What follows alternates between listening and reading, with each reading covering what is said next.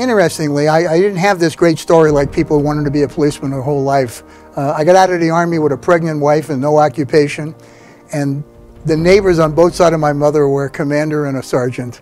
And they said, well, go down and take the test. And I did, and I became so intrigued that it took so long to get on the job with the background. All of a sudden, I was a police officer.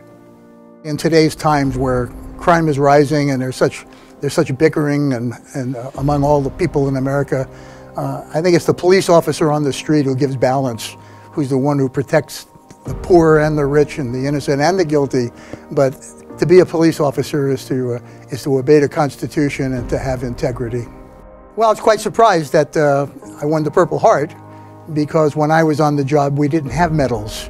And I understand now that they went back and looked at old files and made it retroactive. And it was quite a surprise and quite an honor for me and also for my family. I was a sergeant working Newton Street Division and on the mid-watch, sergeant's ride alone. And it was near end of watch, and I was driving down the street, and I saw a man running out into the street with another man chasing him with a leg wrench.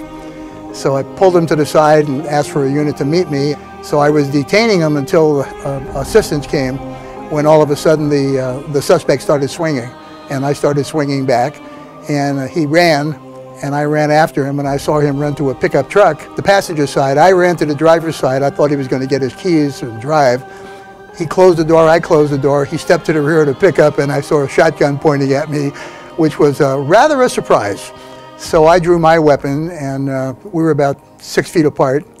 And I shot first, but my bullet broke his wrist instead of going into his chest, and he couldn't raise the shotgun higher, so he fired low, and I took 37 pellets in my legs. And then he took off, I went down, and then the first car arrived at that time and chased him and ultimately took him into custody.